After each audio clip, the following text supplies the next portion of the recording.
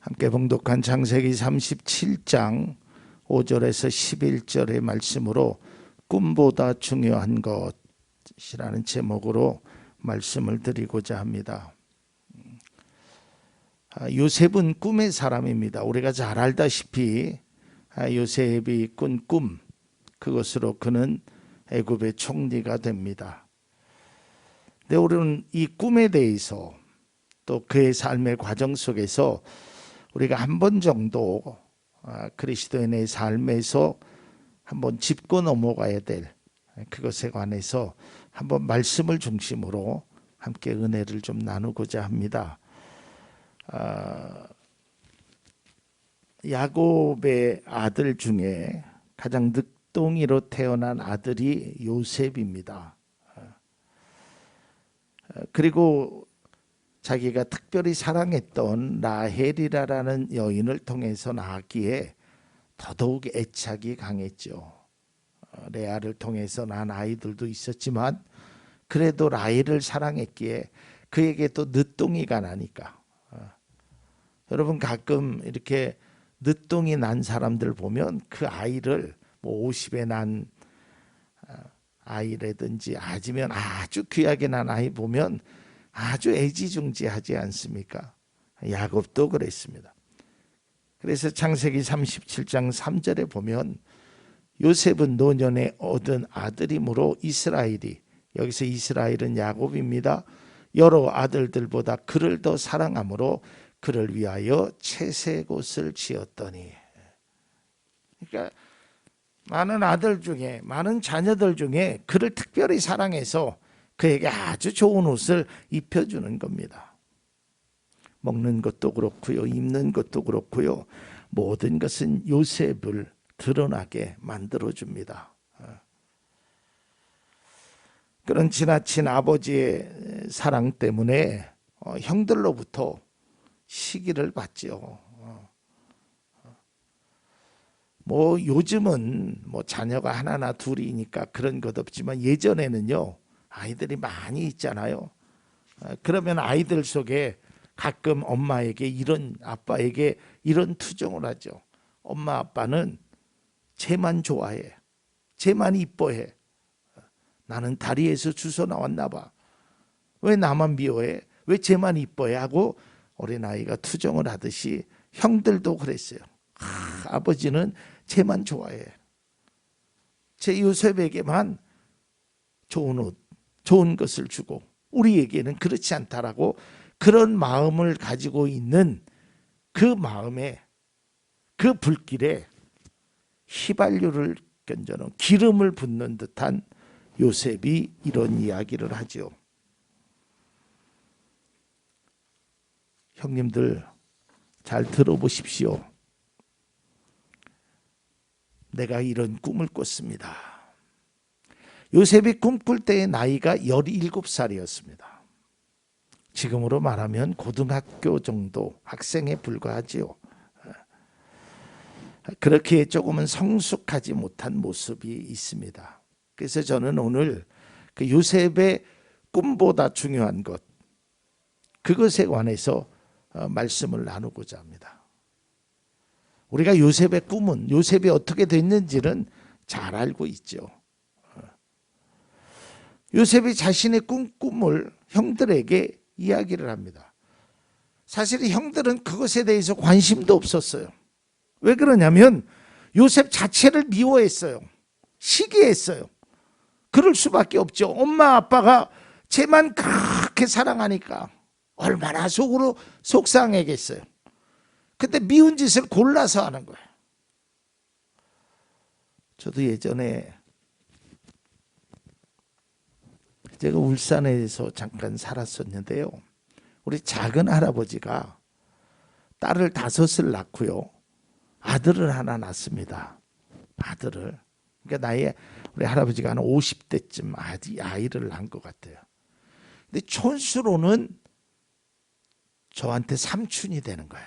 그렇잖아요. 할아버지 아들이니까. 근데 그 할아버지가 이 아이를 진짜 애지중지해요. 뭐 벌벌벌벌 해. 뭐 누나들한테 막 뭐라 그래도 누나들이 감히 이 아이를 건들지를 못해. 할아버지의 불호령이 떨어지니까. 그래가지고 어느 날은 할아버지가 그러니까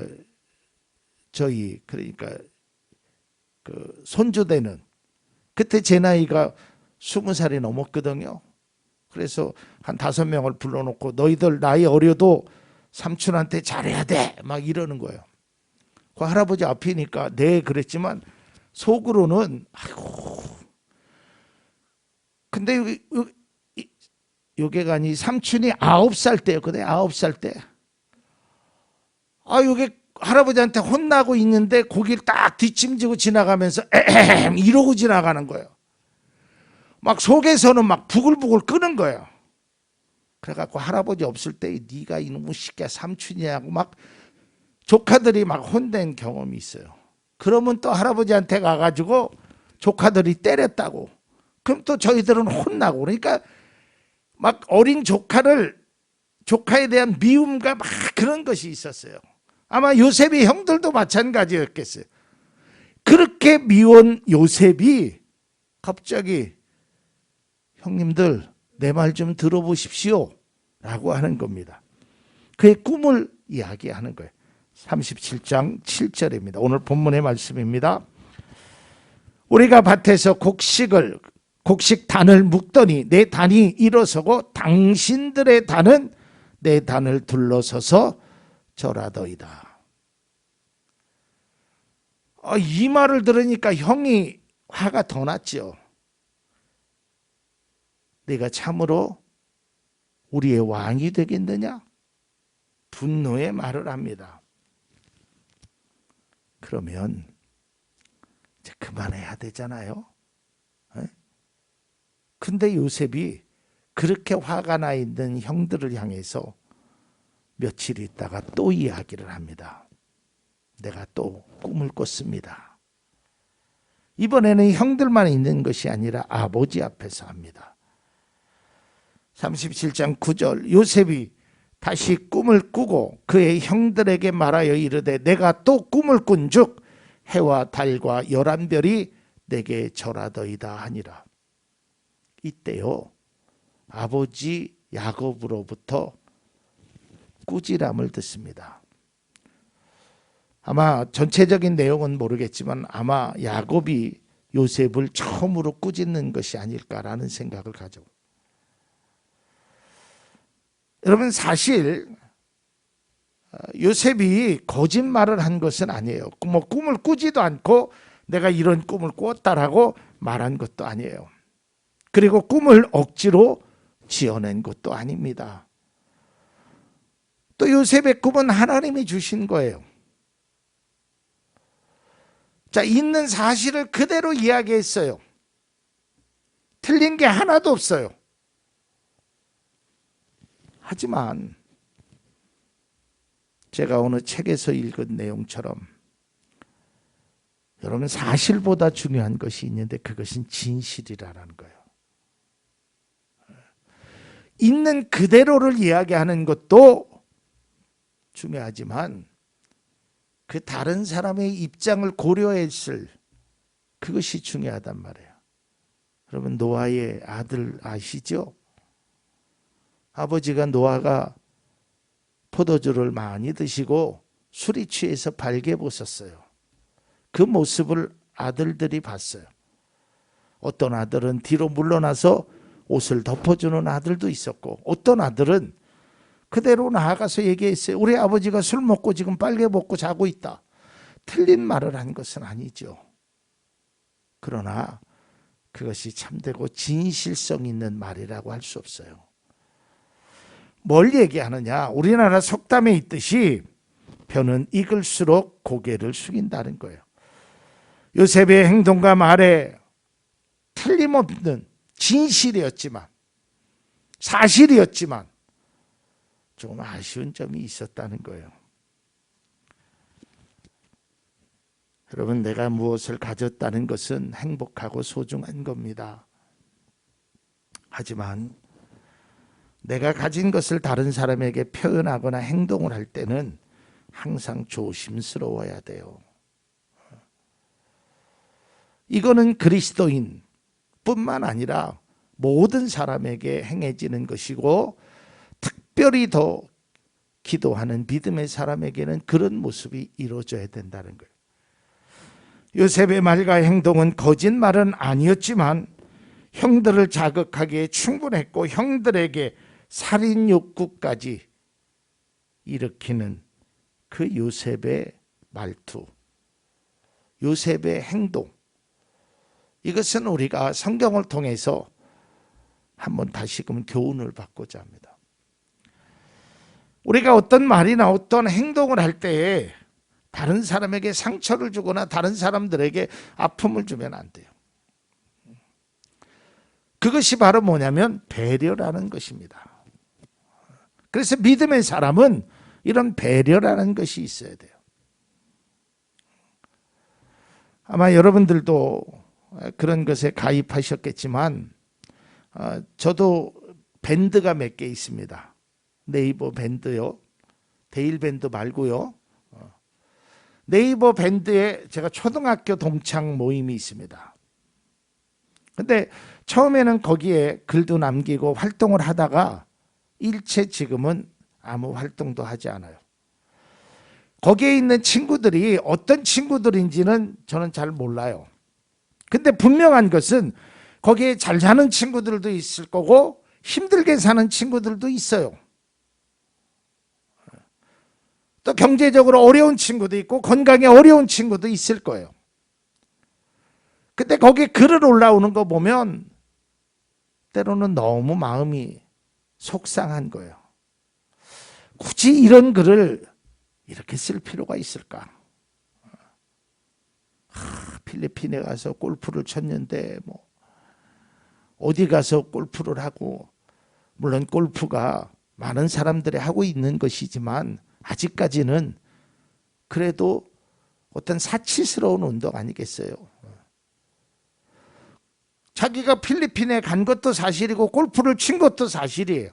그 사람은 있는 그대로, 그 친구는 말을 했을 뿐이에요.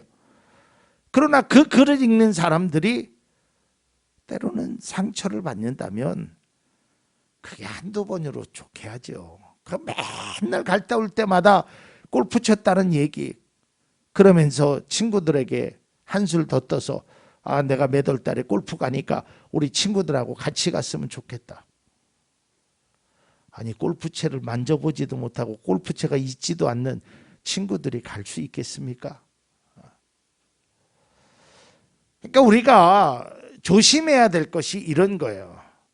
그러니까 항상 우리는 그리스도인으로 뿐만 아니라 우리의 삶 속에서 어떠한 것을 배려할 줄 아는 그런 것이 필요하다라는 거예요. 요셉은 하나님으로부터 특별한 사명을 받았습니다. 부모로부터 사랑을 독차지했습니다. 그런데 한 가지 아쉬운 점은 그에게 성숙된 모습이 보이지 않는다는 거예요. 진정으로 가진 자의 모습은 겸손해야 한다라는 거예요. 그래서 사도 바울이요, 고린도 교인들에게 이런 말을 합니다. 모든 것이 가나 유익한 것은 아니다. 그게 맞아요. 그런데 다 유익한 것이 아니에요. 그래서 우리는 말이나 행동에 있어서 사도 바울의 고백과 같은 이런 모습이 좀 필요합니다. 고린도전서 9장 19절에서 22절까지 말씀. 나는 어느 누구에게도 얽매이지 않는 자유로운 몸이지만 많은 사람을 얻으려고 스스로 모든 사람의 종이 되었습니다. 유대 사람에게는 유대 사람을 얻으려고 유대 사람 같이 되었습니다. 율법 아래 있는 사람들에게는 내가 율법 아래 있지 아니하면서도 율법 아래 있는 사람을 얻으려고 율법 아래 있는 사람 같이 되었습니다. 율법이 없는 사람들에게는 내가 하나님의 율법이 없이 사는 사람이 아니라 그리스도의 율법 안에서 사는 사람이지만 율법 없이 사는 사람들을 얻으려고 율법 없이 사는 사람 같이 되었습니다. 믿음이 약한 사람들에게는 약한 사람들을 얻으려고 약한 사람이 되었습니다. 나는 모든 종류의 사람에게 모든 것이 다 되었습니다. 그것은 내가 어떻게 해서든지 그들 가운데서 몇 사람이라도 구원하려는 것입니다. 이게 뭐예요? 사도 바울은 많이 배운 사람입니다. 그리고 당시에 로마의 시민권을 가지고 있었던 사람이에요. 율법적으로도 흠이 없는 사람이에요. 흠이 없어요. 그런데 그의 삶의 모습 속에서는 그런 것이 전혀 내재되어 있지 않다는 거예요. 여러분들도 가끔 그런 경험 해보셨죠? 뭐 친한 친구나 이웃에 있는 사람들, 그 사람이 말하는 거 보면 진짜 밥맛이 뚝 떨어지게 그런 말을 하는 사람들이 있잖아요. 내가 가진 것 뭐 틀림없어요. 그 사람이 시계를 갖고 있는 게 그게 3천만 원짜리래요. 그 말이 틀린 것은 아니에요. 근데 굳이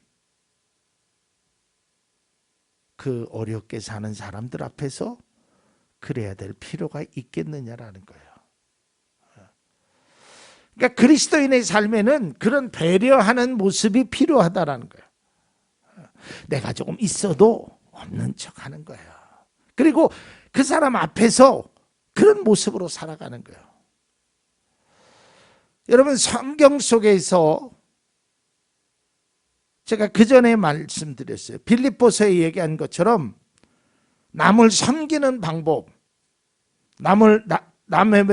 남보다 내가 낮아지는 방법이 있어요. 그래서 상대방을 높이면 돼요. 그럼 내가 낮아집니다. 이거는 쉬워요.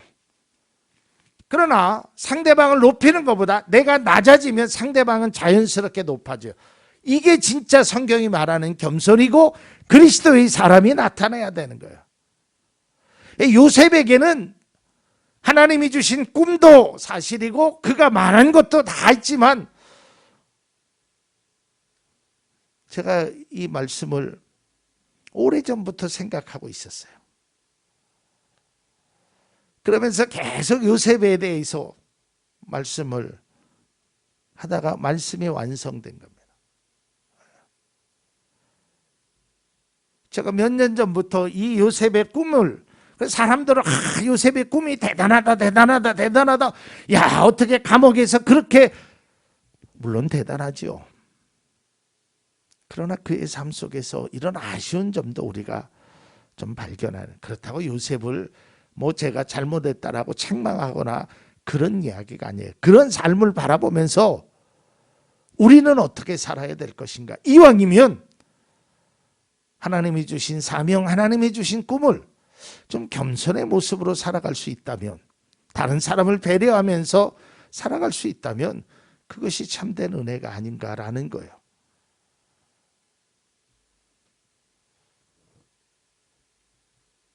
제가 몇 년 전에 읽은 책에서 참 가슴이 찡한 그 글을 읽은 적이 있습니다. 어느 교회에서 가족 찬양이 있었다고 합니다. 그런데 어느 집사님의 그 가족에서 찬양을 하다가 찬양이 틀렸어요. 박자를 좀 놓쳤어요. 얼마나 창피하겠어요. 좀 미안하기도 하고, 아무리 교회 내. 그리고 이제 마지막으로 목사님 가정이 나왔어요. 근데 웬걸요, 그 집사님이 틀린 거는 유도 아니에요. 목사님은 수시로 틀리는 거예요. 박자도 틀리고 음정도 틀리고 심지어는 가사도 틀리고. 그래갖고 사람들이 그전에는 집사님은 연습도 안 했나 봐. 이왕이면 좀 연습 좀 하고 오지, 하나님 앞에 드리는 건데, 이런 생각을 가졌던 그 마음이 싹 목사님한테로 다 갔어요. 우리 목사님은 음치인가 봐. 그리고 이제 그 가족 찬양대회가 끝났어요. 그리고 얼마 있다가 그 목사님이 세상을 떠났어요. 그리고 그의 유품을 정리하다 보니까 목사님의 글이 있었어요. 오늘 가족 찬양대회에 아무개 집사가 찬양에 틀려서 얼굴이 붉어지고 미안한 모습을 보았다. 그래서 나는 그보다 더 많이 틀리기로 작정했다. 이것이 목사의 모습이 아닌가. 그 글을 쓴 걸 보았어요. 참 멋지잖아요. 이게 그리스도인의 삶이 아닐까. 그 사람을 배려해주는. 그러니까 요셉이 꿈을 꾼 것도 맞고 다 이런 거 다 좋단 말이에요. 그러면 또 사람들이 성경을 이렇게 보면 안 돼요. 형들이 미워하지 않았으면 애굽으로 팔려가지 않았을 거고, 팔려가지 않았으면 애굽의 총리가 안 됐을 텐데요. 여러분, 그렇게 성경을 이해한다 그러면 가룟 유다를 1등 공신으로 쳐줘야 되잖아요. 성경은 그걸 말하는. 요셉이 형들에게 미움을 받지 않아도 하나님께서 애굽의 총리로 얼마든지 세울 수 있어요. 보디발 장군의 집에 팔려가지 않을 수 있고요. 하나님의 방법을 그렇게 인간의 생각으로, 인간에 의해서 이루어졌다라고 성경은 단 한 번도 말하지 않아요. 성경 속에서요, 이 겸손이 얼마나 중요한가를 잠언 18장 12절과 시편에 있는데, 잠언 말씀을 잠깐 보면 사람의 마음의 교만은 멸망의 선봉이요 겸손은 존귀의 길잡이. 교만하면 멸망의 지름길이라 그랬어요. 그리고 시편 말씀에 149편 4절에 여호와께서는 자기 백성을 기뻐하시며 겸손한 자를 구원으로 아름답게 하신다 그랬어요. 그러니까 사도 바울은 내가 능력이 있지만, 내가 알지만 그들과 맞추는 거예요. 유치원 선생님들이 그 아이들과 눈높이를 하기 위해서 내가 낮아지는 것처럼, 하나님은 우리에게 요셉과 같은 꿈도 주셨지만 겸손의 모습을 원하고 있다는 거예요. 다른 사람을 배려해 줄 줄 아는 그런 모습이 필요하다는 거예요.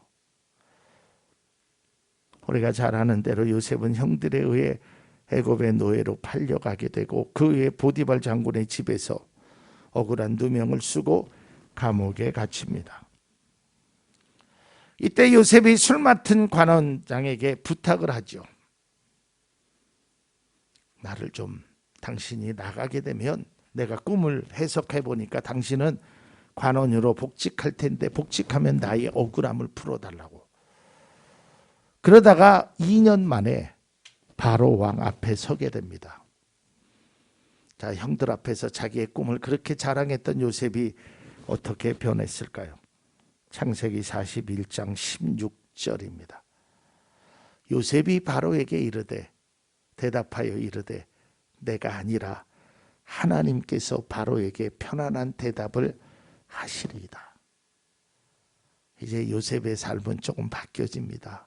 그가 그 어려운 고난을 겪다 보니까 내가 아니라 하나님이시구나.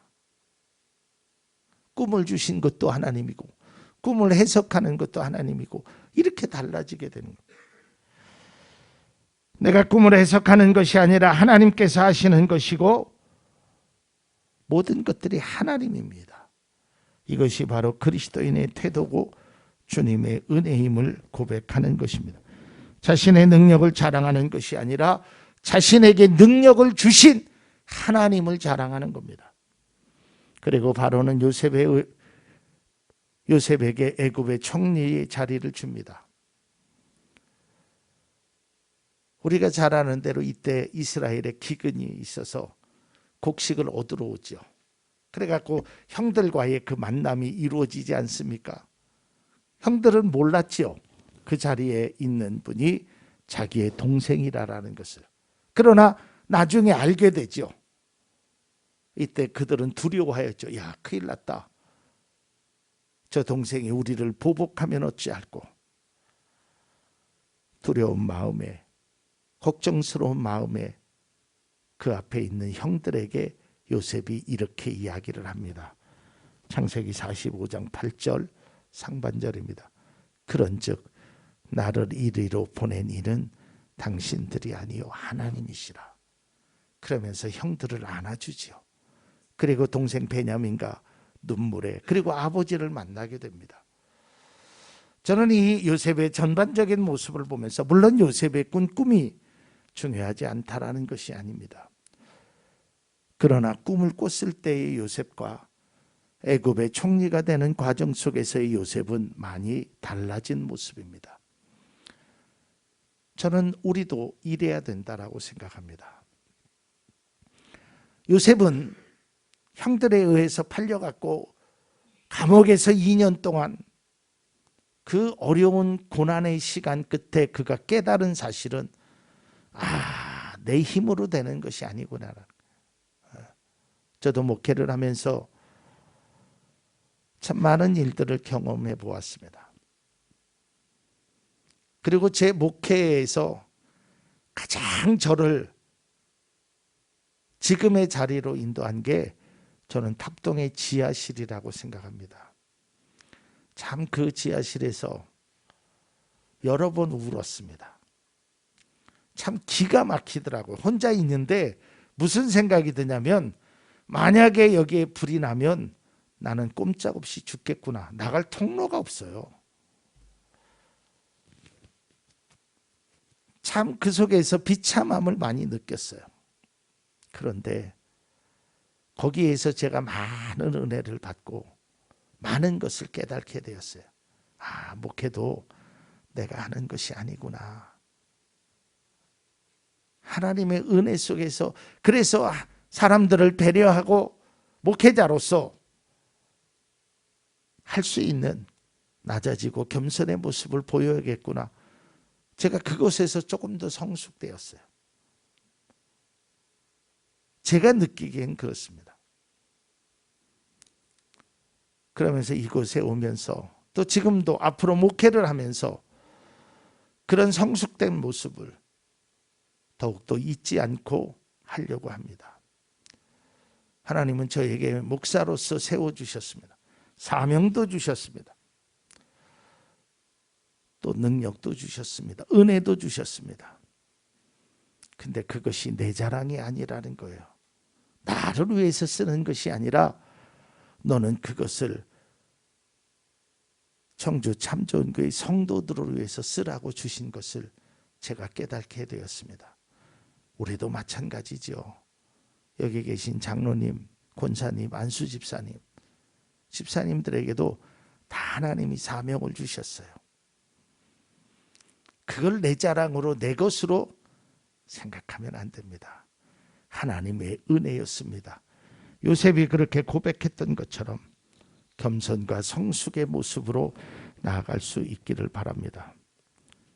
그래서 믿음의 관점은요, 능력을 소유한 것보다 그 능력을 사용할 줄 아는 것.